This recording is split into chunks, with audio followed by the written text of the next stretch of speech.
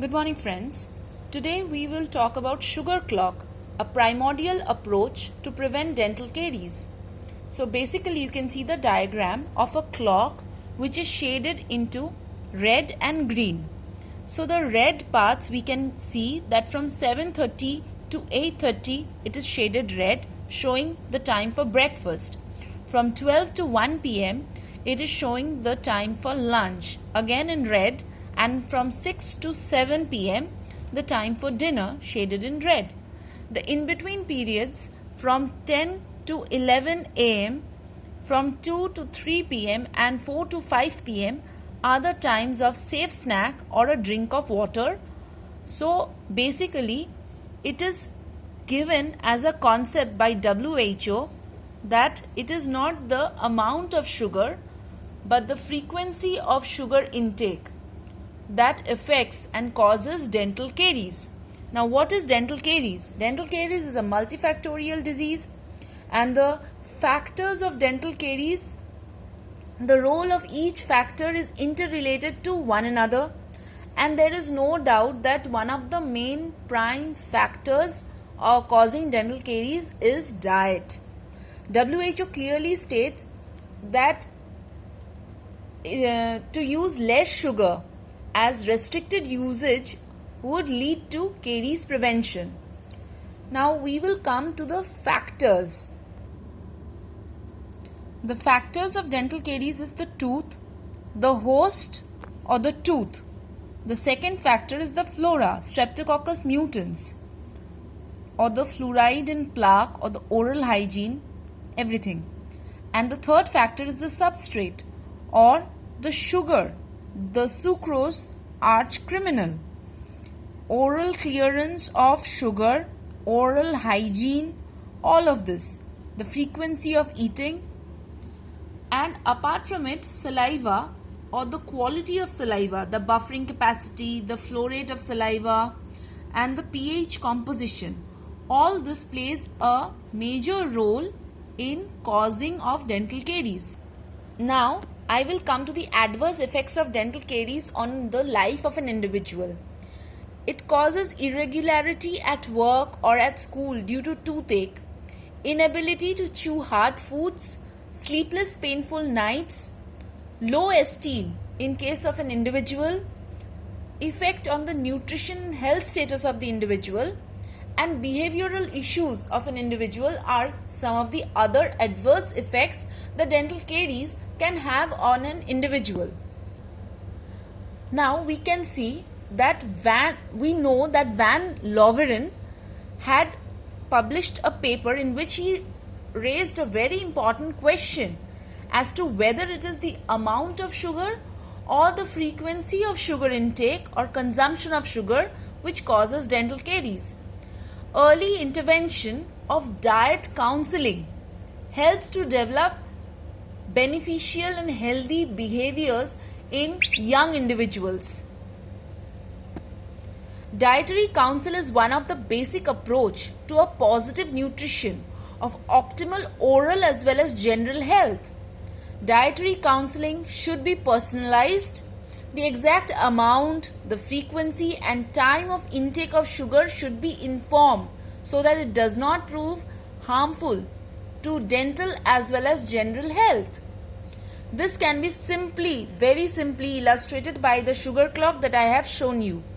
It is especially an effective method of teaching the importance of limiting the frequency of sugar intake to children. Based on data, they have predicted a sigmoid relationship between sugar intake and caries levels.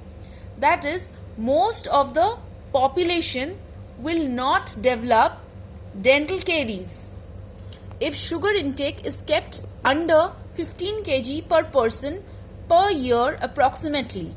But there is a steep progression. Here we can see that diagram.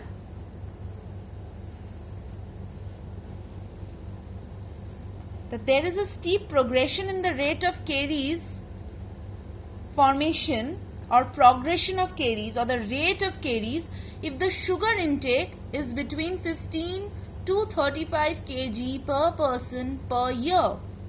So, if the sugar intake is below 15, the rate of dental caries is low. But if it is from 15 to 35 kg per person per year, then there is a steep progression in the rate of dental caries. And again, this curve flattens beyond 35 kg per person per year. This is a dose response curve, and it flattens beyond 35 kg per person per year. So according to WHO, consumption of free sugar should be reduced to below 10% of energy required, or even under 5% energy of the diet. Stephen and Miller in 1940 concluded in their experiments that the salivary pH drops within 30 minutes after a sugary intake.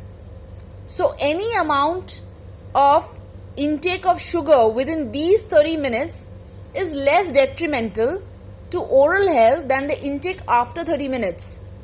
The counselor, whoever is doing the diet counseling, should also highlight the significance of proper toothbrushing and with fluoridated dentifrice or toothpaste, as we commonly call it, to prevent dental caries. So basically, if we are taking sugar, it should be within half an hour of the food that we have taken, and that will cause less detrimental to the tooth structure, that is less harmful. But if we take it after 30 minutes, when the pH is starting to normalize, if we again take a sugary food, the pH falls again, and it will further cause the progression of dental caries because of the buffering capacity of saliva. Saliva has a buffering capacity which normalizes the pH. It neutralizes the pH after a certain point of time when there is clearance of sugar from the tooth surfaces. But again, due to the intake of sugar, after 30 minutes, the pH falls again. So there is a constant acidic pH inside the mouth, and this will cause dental caries progression basically.